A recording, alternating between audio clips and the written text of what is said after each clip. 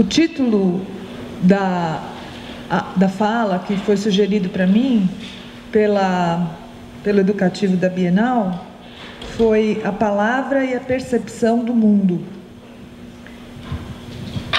Então, vou seguir mais ou menos essa ideia, pensando que vocês estão aqui com o objetivo de eventualmente se tornarem educadores da Bienal, que, embora seja também um trabalho com a palavra, é um trabalho com a palavra e com a imagem, né? Então, eu tenho isso em mente, que a palavra e a percepção do mundo, aqui no caso de vocês, está mais relacionada à percepção da imagem também, não só do texto, que é mais o que eu estou habituada a falar. Bom, então a palavra e a percepção do mundo. Vou começar minha fala citando um trecho do Roland Barthes, de um livro que se chama Aula, que na verdade é uma aula inaugural que ele deu no Collège de France. E é uma frase que eu gosto muito, que eu costumo citar, que diz o seguinte: fascismo não é proibir de dizer, mas é obrigar a dizer. Que a gente tem a ideia mais ou menos comum de que o fascismo é quando nós somos vedados, tolhidos na nossa fala. E ele inverte essa percepção dizendo que não, que o fascismo é nós sermos obrigados a dizer alguma coisa de determinada forma.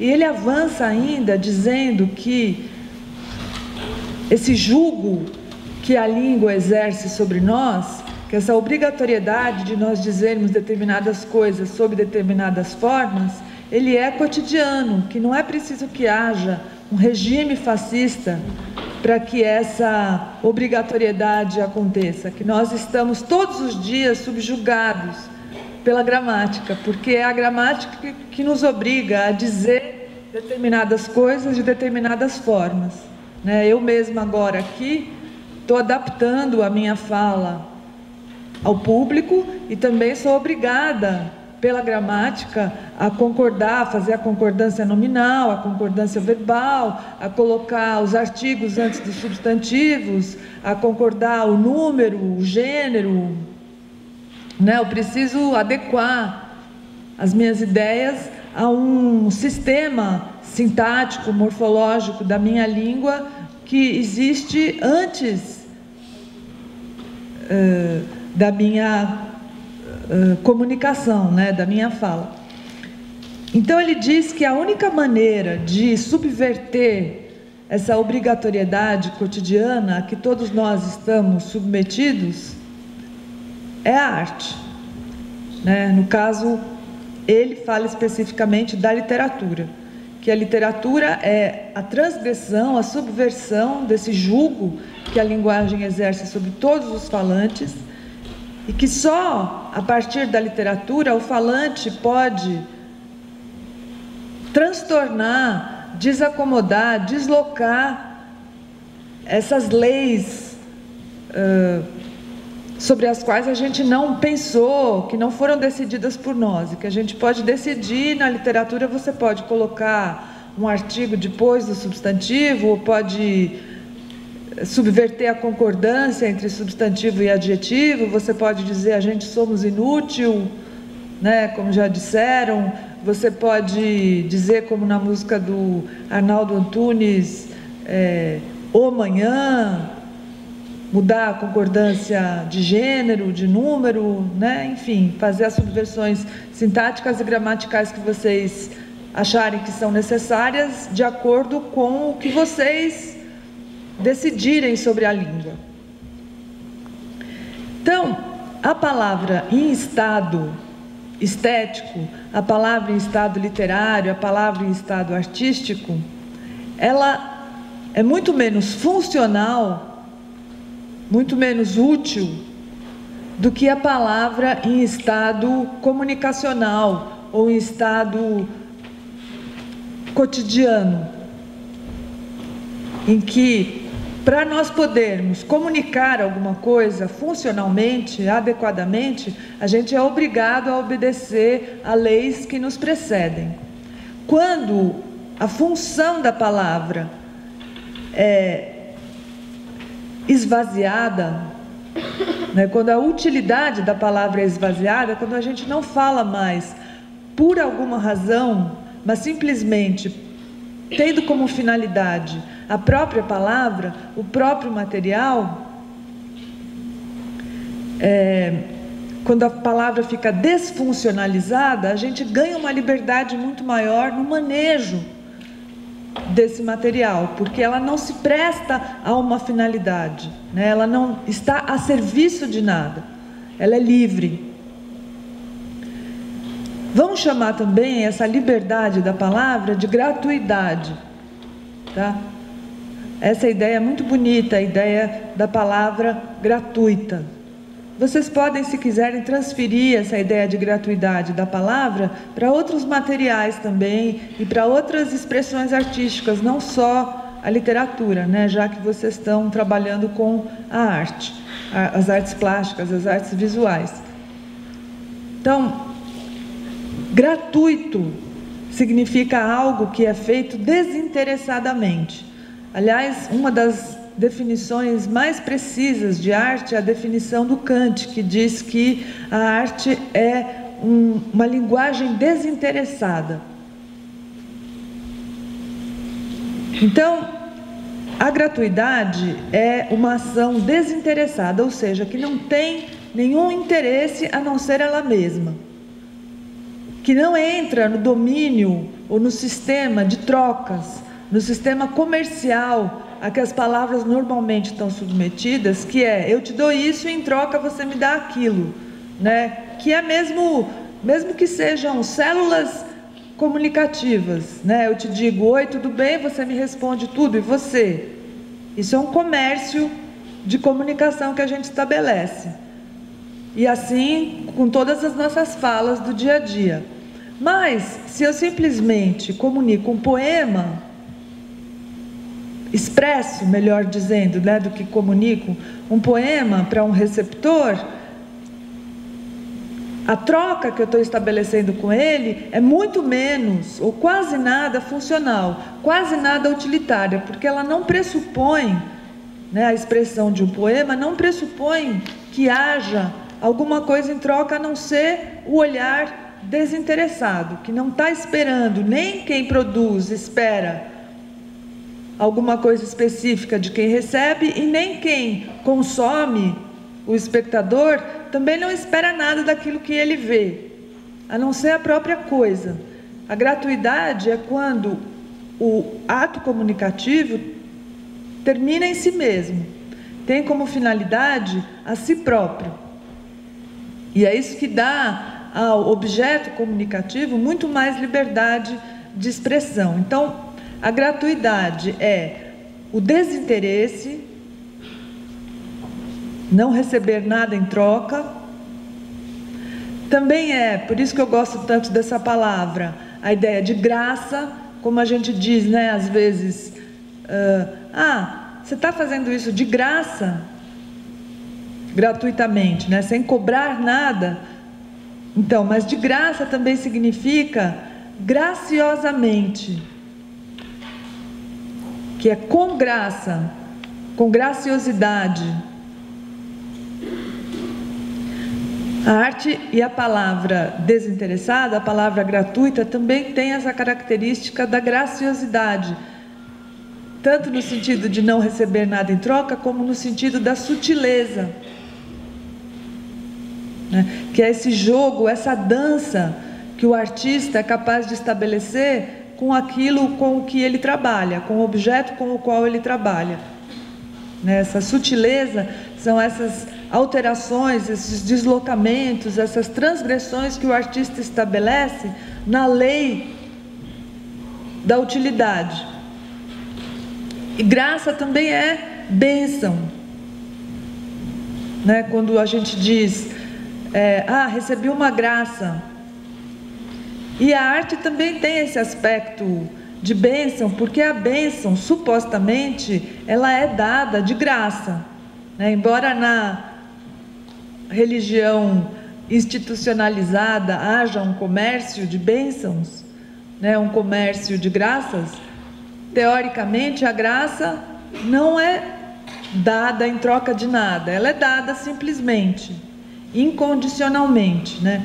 Então, se vocês pensarem que no espanhol, por exemplo, existe a palavra gracias no lugar da palavra obrigado, é uma ideia muito legal, porque é como se aquilo que é dado para alguém fosse dado desinteressadamente. A pessoa deu porque quis dar e quem recebeu ficou contente com o que foi dado. Mas em português não, a gente tem a palavra obrigado, que é eu te dou e você fica obrigado a me dar alguma coisa em troca disso que eu estou te dando, né? É um comércio de favores, como a gente está acostumado já, como a gente já conhece historicamente na nossa cultura, que a gente vive numa cultura de favores, mesmo que não seja uma troca instantânea, né, que você me dê algo em troca do que eu estou te dando imediatamente, fica na memória que eu te fiz um favor, então você está de alguma maneira atado a mim, e algum dia você vai precisar me devolver esse favor, né? Então, na ideia, uma liberdade maior de que você não está atado a mim por causa disso que eu te dei, você está livre, você não precisa me devolver esse favor que eu estou te fazendo. É mais ou menos isso que a arte faz, né? Ela dá as coisas, não espera nada em troca. Por que que ela está dando? Porque sim, tá? Essa é a melhor resposta, eu acho, que um artista pode dar para aquilo que ele produz, né? Por que ele produz aquilo? Porque sim, porque é bom, porque é prazeroso, não é por nenhuma outra razão, porque ele espera que alguma coisa seja dada em troca daquilo que ele está oferecendo.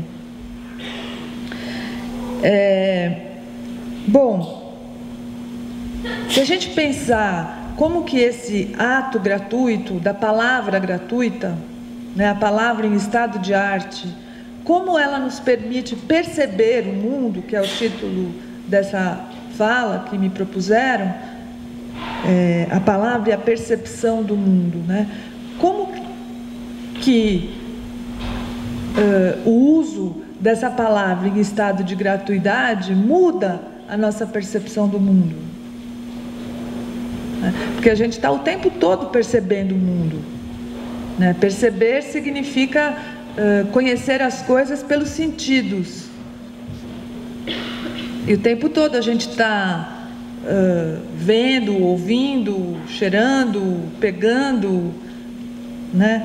Sentindo de todas as formas possíveis, pensando, sentindo, mas em estado de gratuidade, né? Em estado não útil, em estado desinteressado, como que a gente percebe o mundo, né?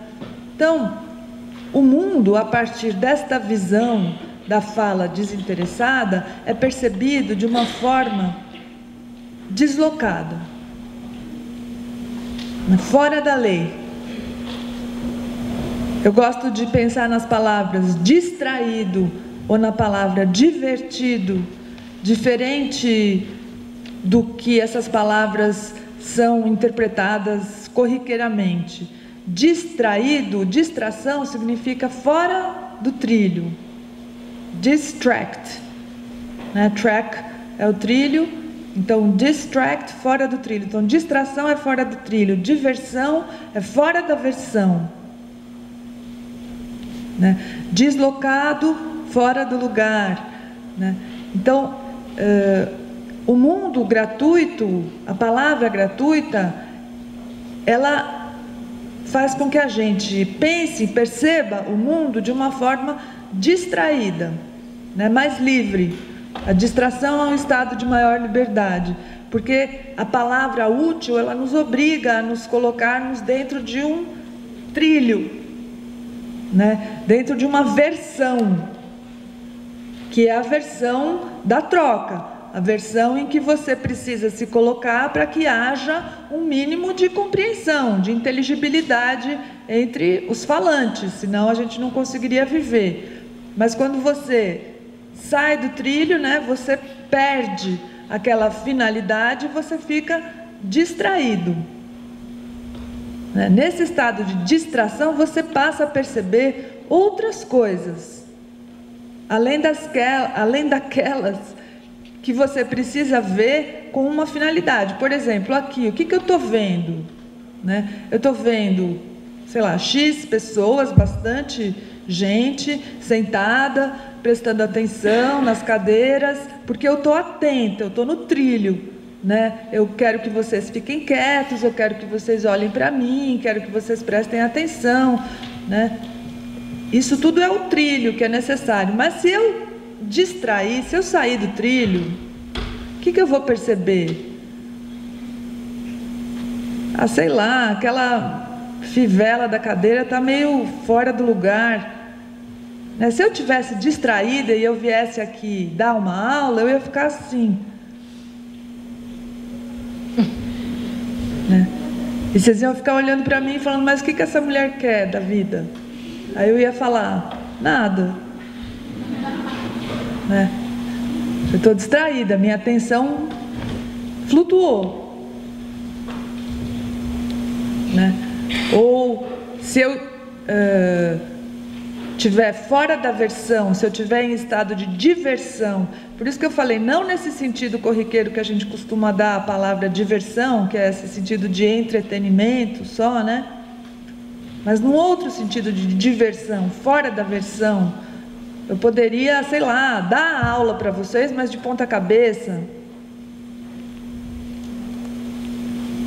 ou pelada, sei lá, são subversões também, que vocês estão habituados a ver em estado de arte. Se eu fosse uma artista e não uma professora, e eu viesse aqui dar aula de cabeça para baixo, vocês teriam mais condições de interpretar isso, de entender, do que eu sendo uma professora.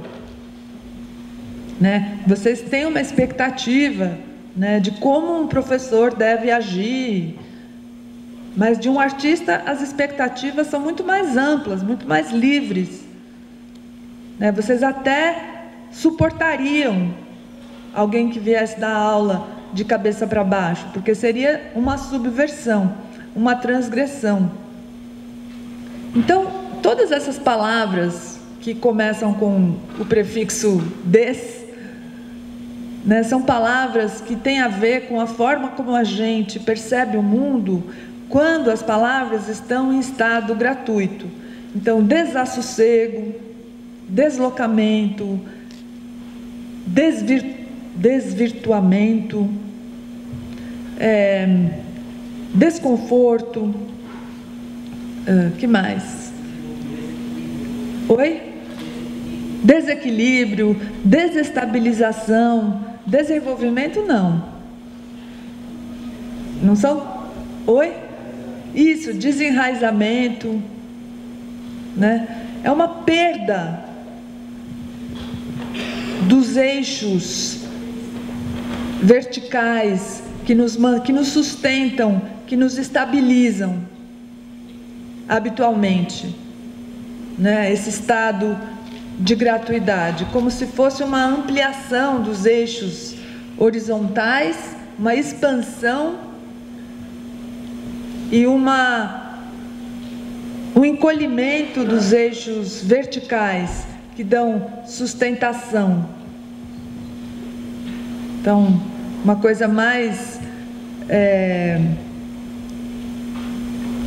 de espalhar, de distribuir, do que de estabilizar.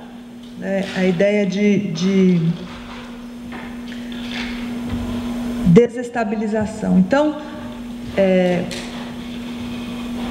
começam a aparecer para quem usa, para o usuário dessa palavra em estado de liberdade, começam a aparecer coisas novas, coisas diferentes, coisas estranhas. Essa é uma outra palavra muito importante, para quem usa a palavra nesse estado, é o estranhamento. Né? Você começa a ver as mesmas coisas que você está acostumado a ver de uma outra forma, como se você não conhecesse aquilo que você já supostamente conhece. Isso é o que se chama de estranhamento. Né? Estranho é o que vem de fora, aquilo que não pertence a. Estranho não significa esquisito, louco.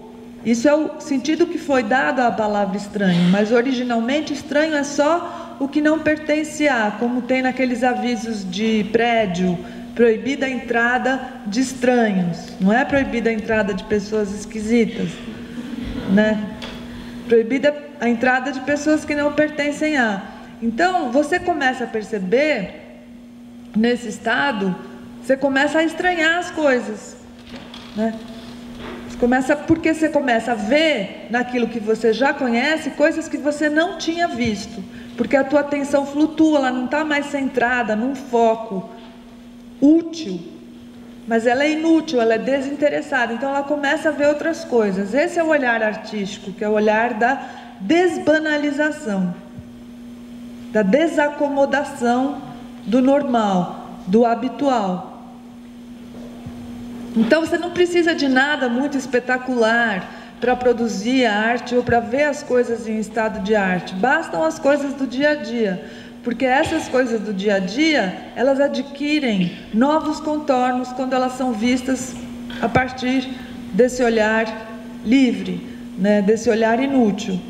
Então você começa a estranhar tudo. O mundo inteiro fica esquisito. Fica estranho, não precisa de nada, basta, sei lá, a mesa da tua casa, né? Quando você começa, isso acontece normalmente quando a gente repete muito uma palavra, né? Sabe? Quando a gente repete e ela perde o sentido, né? Se vocês começarem a falar o nome de vocês repetidamente, de repente vocês já não vão saber mais o que significa esse nome, por que vocês têm esse nome? Coisa esquisita ter esse nome. Então essa ideia de estranhamento de uma coisa muito habitual. Então vocês começam a se perguntar sobre, por exemplo, mas por que eu pergunto oi, tudo bem? Né? Começa a dar até um certo incômodo essa ideia da desbanalização, porque não tem nada mais banal do que oi, tudo bem. Mas daí você desbanaliza, você começa a pensar e eventualmente você começa a subverter, a introduzir essas células de liberdade no teu dia a dia, que a gente faz normalmente, né? Todos os dias a gente se permite essas células de liberdade, mesmo que a gente não se dê conta, mesmo que a gente não decida. Quando você conta uma piada, quando você faz um trocadilho, quando você faz uma brincadeira com uma palavra, né? Quando você tem um código para se comunicar com uma pessoa que só existe entre você e essa pessoa, só vocês reconhecem esse código, o que quer dizer, né? Se a gente vai na feira, o jeito como o feirante fala com a gente, tudo isso são subversões poéticas da linguagem que a gente usa todos os dias.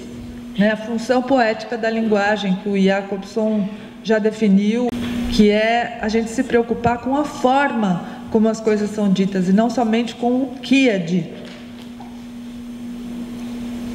Então agora falando sobre isso, falando sobre a forma, vou tomar um copo d'água.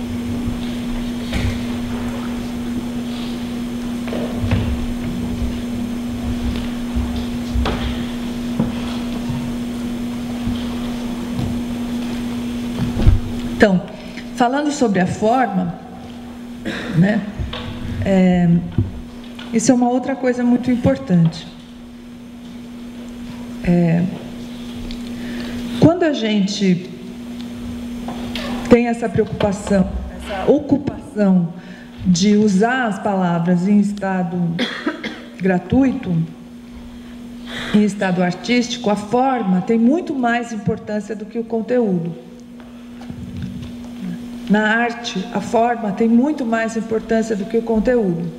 Tem aquela famosa frase do Mayakovsky, né? Sem forma revolucionária não há revolução, sem forma revolucionária não há arte revolucionária. Então, eu concordo completamente com isso, né? Porque nesse processo de desbanalização, não importa o conteúdo, realmente não importa. Você não precisa, para poder ter esse olhar estranho em relação à realidade, de nenhum grande acontecimento, de nada espetacular, né? Tudo aquilo que existe de mais banal passa a ser desbanalizado pela forma como você olha as coisas, né? Inclusive o teu nome, o oi, tudo bem, a mesa da tua casa, o amor que você sente, né? Tudo isso passa a adquirir outro contorno. Então, para criação artística, para a criação textual, digamos, né, com a palavra, não é necessário que a gente fale sobre determinados temas que supostamente são mais aptos a serem abordados literariamente do que outros. Não existe isso, tá? Você pode falar muito mal de um tema maravilhoso ou pode falar muito bem de um tema supostamente ridículo, de uma bobagem, né? O Manuel Bandeira dizia isso, a poesia está no amor como nos chinelos, tá? Um bom poeta fala muito bem sobre chinelos, e um mau poeta pode falar muito mal sobre o amor, né? Que é o grande tema da arte, da literatura de todos os tempos, né? Então, a palavra, a gente precisa pensar na palavra livre como um material que deve oferecer resistência à nossa entrada, assim como, por exemplo, a pedra oferece resistência para o escultor. Tá? O escultor sabe que pedra ele quer usar para o trabalho que ele quer desenvolver e que instrumento ele precisa usar para poder trabalhar com aquela pedra. Mas como as palavras são usadas no dia a dia por todo mundo, tanto pelo artista como, sei lá, pela pessoa que nem dá bola para as palavras, todo mundo usa a palavra, todo mundo fala as mesmas palavras, todo mundo usa a palavra amor, né? Dos jeitos mais diferentes, com sentidos mais diferentes, dos jeitos desde o mais bobo até o mais incrível, até o mais maravilhoso. Então todo mundo se sente dono dessa palavra, como de todas as palavras. Então como é que o artista que trabalha com a palavra vai usar a mesma palavra que todo mundo usa? Ele precisa reolhar a palavra amor como se ele nunca a tivesse visto, como se ele nunca a tivesse pronunciado, desbanalizar a palavra amor, que é uma palavra muito banal. Como é que ele faz para estranhar a palavra amor, para ter esse olhar gratuito sobre a palavra amor? Então, essa palavra, ela precisa adquirir uma nova forma, ela precisa adquirir um novo contorno, ela precisa passar a oferecer resistência, como se ela fosse uma pedra e eu precisasse usar uma ferramenta diferente para poder falar sobre ela, né? Para eu usar a palavra amor, ou para eu usar a palavra feijão, ou a palavra estômago, eu preciso usar ferramentas diferentes, porque elas devem oferecer resistências diferentes. Uma mais dura, outra mais mole, outra mais flexível, uma é velha, a outra está novinha, fresquinha. Tipo a palavra, deixa eu ver, sobejo. É uma palavra fresquinha, né? Acho que aposto que aqui pouca gente usou essa palavra, ou se usou poucas vezes. Então ela tem essa característica, ela precisa ter essa característica de como se fosse uma pedra fresca que acabou de ser extraída da terra. Então como é que eu faço para a palavra amor? Como é que eu posso usar? Se eu quero usar a palavra amor livremente, como eu faço para que ela se torne estranha? Como eu faço? Estou perguntando. Pensando nos palíndromos. Então, talvez mudar as letras de lugar, mudar esse tipo de coisa. Isso, esse é um jeito. Você pode usar um palíndromo, inventar um palíndromo com a palavra amor, mudar as letras de lugar. Que mais que eu posso fazer? Mudar o contexto. Desfazer como? Oi? Não entendi. Gritar com raiva. Falar com nojo. Amor. Sei lá, que é o contrário do que a palavra quer dizer. Eu posso fazer rima, exatamente, colocar dentro de um ditado esquisito, né? Mas a palavra precisa oferecer uma resistência para que ela seja estranhada, desbanalizada, desacomodada, né? Distraída, desvirtuada, sei lá, e para que a pessoa que recebe essa palavra passe pelo mesmo processo de estranhamento em relação a ela. Como é que eu faço? Como é que eu vou usar a palavra amor se eu quero que as pessoas que a escutam a ouçam como se fosse pela primeira vez? Esse é o trabalho que o poeta faz, esse é o trabalho que o escritor faz. Por isso que é tão perigoso para um escritor usar a palavra amor, porque ele está sempre correndo o risco de que as pessoas leiam ou ouçam a palavra amor do mesmo jeito como elas estão acostumadas a ouvir e a usar, sem estranhamento. E quando a gente produz sem estranhamento, quando a gente consome, ou frui, ou ouve sem estranhamento, as palavras de novo voltam para o estado sem resistência delas, para o estado banal, né, onde elas vivem e em que elas são usadas com uma finalidade, que aí tudo bem, né? Se eu tenho a finalidade de comunicar para você que eu te amo, tudo bem falar eu te amo, né? Não tem o menor problema, porque a pessoa vai ouvir e vai falar, bom ou não é bom, não sei. Mas você disse o que você queria dizer, né? Você cumpriu a finalidade. Então, uma coisa, um mito que é muito importante desfazer quando a gente pensa na palavra artística, na palavra em estado literário, é o mito de que a expressão artística vem da alma. Ela não vem da alma, tá? Ela cria a alma, ela cria a ideia, ela cria o sentimento, mas ela vem da forma mesmo, ela vem da percepção, do estranhamento, dos sentidos,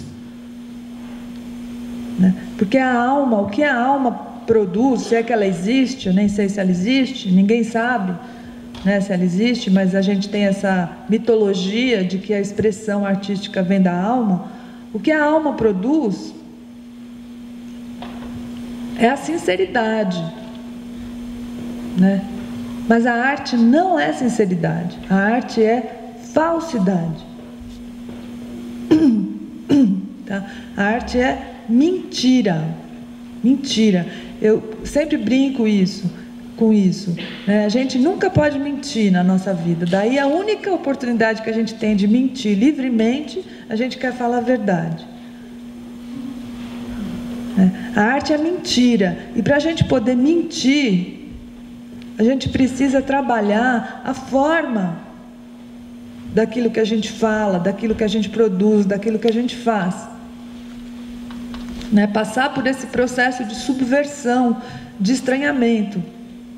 A alma não produz palíndromo, trocadilho, rima, ditado, brincadeira, sei lá, tudo isso que opera no sentido de desbanalização. A alma produz verdade, né? E a verdade não nos interessa. A verdade, ela pode ter um significado e uma importância quando quando você quer se confessar, quando você quer desabafar, quando você quer se expor e dizer o que você pensa para alguém a quem interessa aquilo que você pensa. Mas na arte não interessa aquilo que a gente pensa, nem aquilo que a gente sente. Interessa como a gente pensa e como a gente sente, né? E quando você opera sobre a forma como você pensa e a forma como você sente, você muda o teu sentimento e você muda o teu pensamento.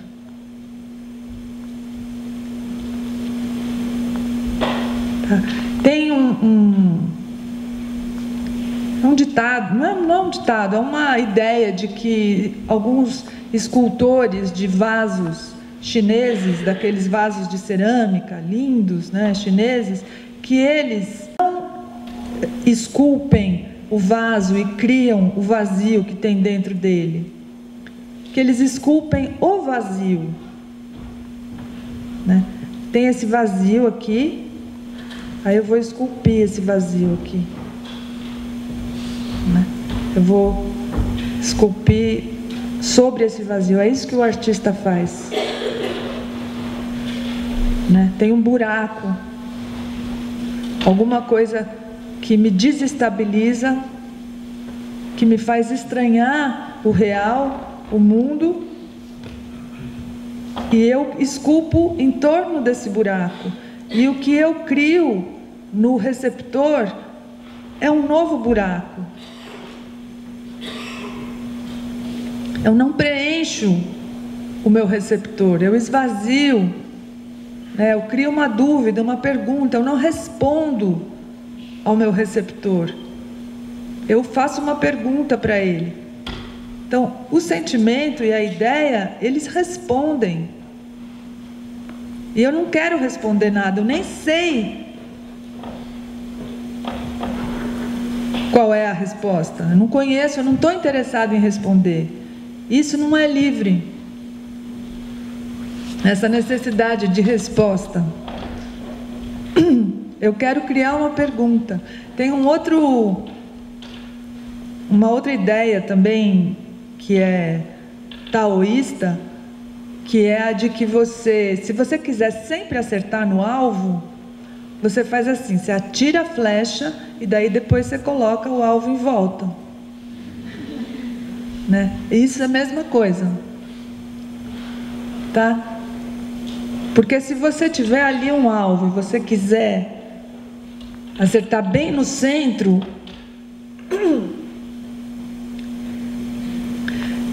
você está mirando atentamente para um ponto só, né? E também não é isso que a arte faz. Você acerta um ponto e depois você constrói tudo em volta. Aí você vai sempre acertar, né? Porque também não é essa ideia de campeonato, de quem faz melhor. Por isso que também na arte moderna todos os preceitos padronizados foram subvertidos, né? A ideia de dificuldade, a ideia de belo, a ideia de figuratividade, de representatividade, de fazer alguma coisa idêntica àquilo que está sendo representado, tudo isso foi subvertido em nome dessa maior liberdade, né? Por isso que as pessoas não aceitavam quando viam, sei lá, um Picasso, porque parecia isso, né? Que ele tinha botado uma flecha e colocado um alvo em volta, e aí ele estava acertando em qualquer circunstância,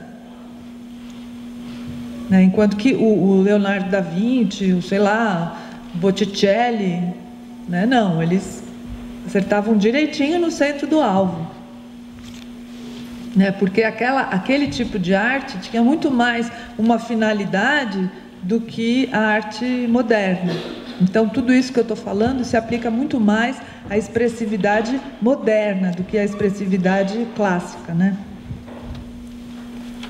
Então, a ideia que eu estou tentando passar para vocês é de que as palavras criam as ideias, e não de que as palavras partem das ideias. Que a gente não precisa ter ideias para escrever, A gente não precisa ter ideias para falar artisticamente. A gente precisa de formas que fazem com que as ideias surjam a partir delas, de formas desbanalizadas, de formas desestabilizadas, subversivas, transgressoras, que elas vão como se as ideias fossem um veículo, as ideias não, as palavras fossem um veículo e as ideias fossem o passageiro desse veículo, e não o contrário, que a gente costuma fazer, que as ideias são o veículo e as palavras são o passageiro. A gente tem uma ideia e bota as palavras lá. Vamos pensar o contrário, isso é a desbanalização, que as palavras são o veículo e as ideias vêm, né? E essas formas desbanalizadas, elas têm a capacidade de extrair de dentro de quem produz essas palavras as coisas mais inesperadas do mundo, coisas que você jamais imaginou que você seria capaz de dizer. Quando você desloca o teu lugar e passa do conteúdo para a forma, você começa a dizer. Aí você se torna capaz de coisas que você não sabia que você era capaz de fazer, porque você está partindo de outro ponto de vista, de um ponto de vista livre, o que não significa que você vai ser menos você, ou que tua alma vai estar menos presente, só que ela vai estar presente de uma outra forma, desbanalizada, puxada pela forma e não pela ideia. É um processo diferente, tá? É um procedimento diferente, esse procedimento do artista da palavra, que parte da palavra para chegar na ideia. Bom, sobre isso tudo que eu falei, antes da gente partir para o exercício, eu queria que vocês se manifestassem um pouco para a gente conversar antes de começar a praticar, para vocês verem como que funciona isso daí que eu falei.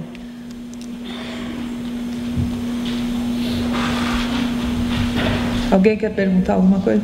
Fala.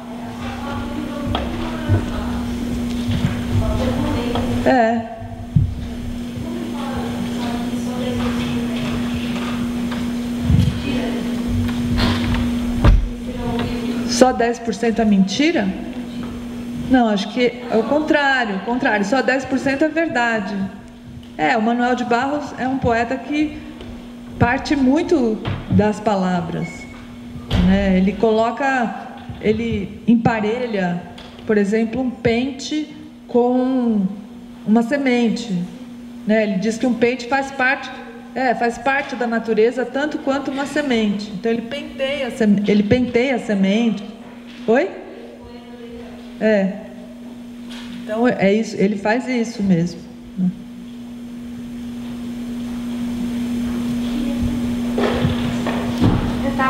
Posso falar sem microfone, todo mundo me ouve?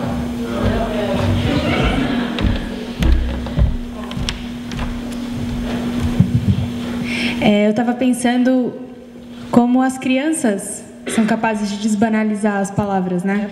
Então, como você dá uma palavra para uma criança e ela te dá uma outra coisa. Porque as crianças, elas têm naturalmente esse olhar inaugural sobre as palavras. E para as crianças, as palavras sim oferecem resistência, porque elas não sabem o que as palavras querem dizer. Para as crianças, as palavras são sons, né? Então, imagina você agora, depois de adulto, poder ter a beleza, o prazer de, por exemplo, ouvir ou pronunciar a palavra maçã pela primeira vez. É isso que a gente tem que fazer quando a gente produz palavras artísticas, né? Eu preciso pronunciar as palavras como se eu as estivesse dizendo pela primeira vez.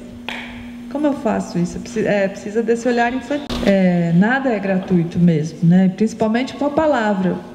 Porque, como eu estava dizendo, a palavra é muito utilizada, ela já tem sentidos anteriores à nossa tentativa de desvirtuar, né? de subverter esses sentidos. Então, é muito difícil você chegar nesse procedimento de tornar a palavra gratuita, mas é uma tentativa. Você nunca chega completamente nisso. Porque, por exemplo, se você ouve um concerto do Mozart, né, o som é muito mais gratuito, muito mais livre do que a palavra. Ele está muito menos banalizado do que a palavra. Porque é muito mais difícil trabalhar com os sons do que com as palavras, porque os sons não são domínio de todo mundo, né? Mas se você ouve um concerto do Mozart, você pensa, nossa, que som dos deuses, não sei o que lá, e você fala, não, aquilo foi uma encomenda do barão de não sei o que ele fez da noite para o dia, porque ele precisava ganhar não sei quanto. Então, realmente, não existe essa gratuidade absoluta. Sempre tem um interesse, mas eu estou falando num nível ideal, assim.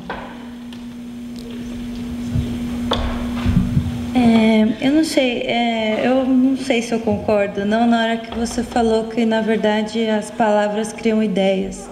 Que na minha forma de pensar, eu acho que a gente tem um sentimento, e esse sentimento a gente traduz em palavras que se tornam ideias. Não sei, foi isso que eu pensei. Então, eu estou querendo subverter esse conceito muito arraigado na nossa prática, de que a gente tem um sentimento, a gente tem um sentimento, a gente transforma em palavras, e essas palavras são as ideias, né? E esse é o procedimento cotidiano da nossa fala, né? Não 100% do tempo, mas a maior parte do tempo é assim. A gente tem algum desejo, algum sentimento, algum pensamento e transforma em palavras, né? Isso quando você quer simplesmente comunicar um sentimento, um pensamento. Mas se você quer entrar nesse estado de subversão do sentimento e do pensamento, o que eu estou dizendo é que é mais interessante você fazer o caminho contrário, para você chegar nesse estado de desbanalização da palavra e pensar na palavra como um material que oferece resistência e não somente como um instrumento da tua ideia ou do teu sentimento. Aí a palavra vai criar uma outra ideia inesperada, diferente daquela que você estava procurando, estava esperando expressar. Entendi, é como forma, né, o que você estava falando. Isso.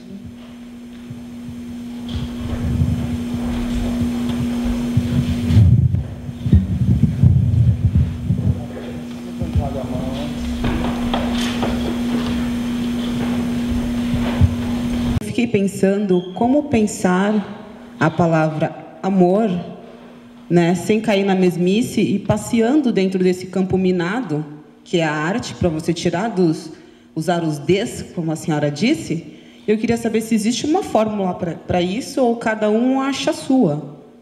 Não, se existisse uma fórmula, seria impossível. Quer dizer, se existisse uma fórmula, seria a contradição de tudo que eu estou dizendo. Não pode existir uma fórmula, né? Não existe uma fórmula, só existe uma forma. Claro, cada um vai descobrir. Você não pode chegar na fórmula. Quando você chega na fórmula, acabou esse processo de estranhamento.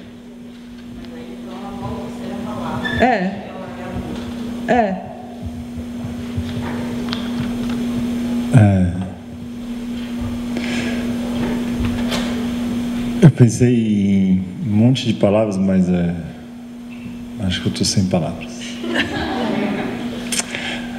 Boa noite, Noemi. Eu sou o Alessandro.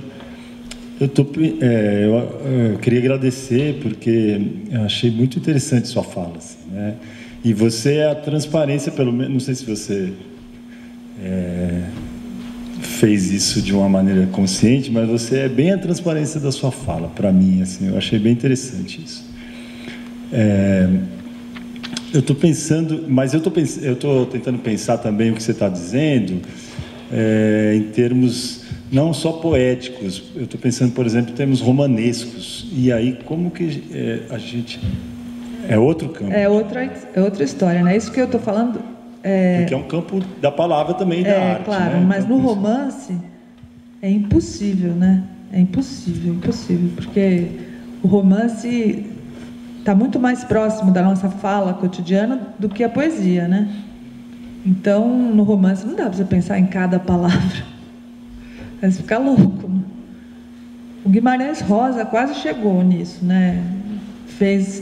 Escreveu romances poéticos.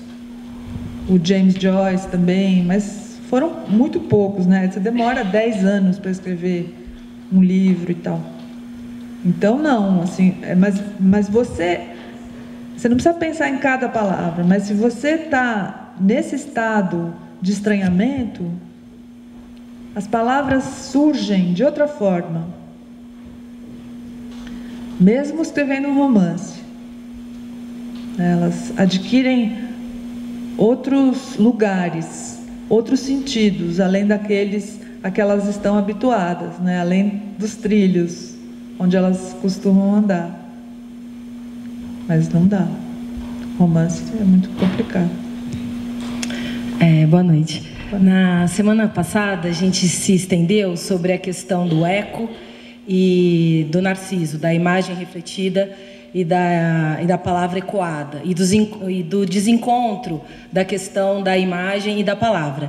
E aí, hoje, quando você falou lindamente sobre a questão da repetição, que você repete e perde a referência. E aí essa palavra, ela se desbanaliza, esse conceito se desbanaliza. Então, eu gostaria de saber se existe uma condição de alargamento dessa tua fala quanto à separação da palavra e imagem. Não sei se eu fui clara. Acho que não. Se nessa repetição há um encontro da palavra e imagem pela desbanalização. Então, se eu repito eco, eco, eco, eco, eu encontro não o significado, mas o significado além, na desbanalização.